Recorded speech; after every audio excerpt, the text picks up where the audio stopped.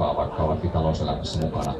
Mutta sitten on hyvin tiukasti vedettävä raja siihen, että se oma intressi, oman yrityksen intressi ja kaupungin intressi on pidettävä erillään. Ja tässä suhteessa on suosittava läpinäkyvyyttä. Ja meillähän on täällä Vantaalla nyt tulossa sellainen käytäntö, että valtuutetut joutuvat omat kytköksensä esittämään kaiken kansan nähtäväksi. Ne ovat tuolla verkossa luettavissa ja jokainen voi tarkastella, että missä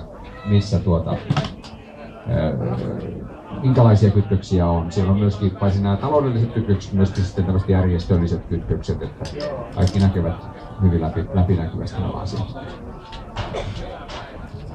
Kyllä näin on, että niin kuin Martin Jääskeläinen tuossa sanoi, että on ilman muuta niin kaiken on oltava läpinäkyvää. Ja aivan varmasti meillä Helsingissä niin vaalien jälkeen jokainen valtuustoryhmän jäsen kertoo luottamus toimensa, siitähän se lähtee. Ja silloin ihmiset voivat arvioida, että täytyy olla täysi avoimuus. Olen itse samaa mieltä, että ei missään tapauksessa niin kaupunki voisi sulkea pois yhteistyötä yrityselämän kanssa, koska sitä kautta syntyy myös työpaikkoja. Ne pitää olla avoimia, selkeitä, eikä niin, että ajetaan jonkun yrityksen etua, vaan se täytyy olla tavallaan, sen pitää mahtua tämän elinkeinopolitiikan sateenkaaren alle, jossa luodaan edellytyksiä, että yritykset voivat toimia, saadaan työpaikkoja ja sitä kautta tämä yhteistyö menee, että täysi avoimuus.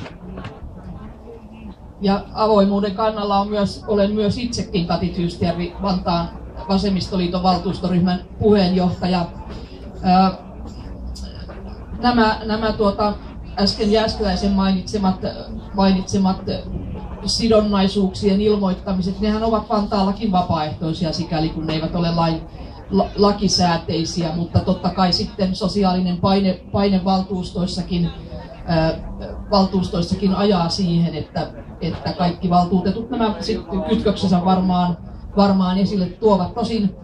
Tosin valtaosalla valtuutetuistahan minkäänlaisia kytköksiä ei ole. Ja väärinkäytöksethän eivät liity tavallisen rivivaltuutetun elämään, vaan ne liittyvät siihen tilanteeseen, jossa yhdistyy suuri valta ja suuri raha, suuret intressit.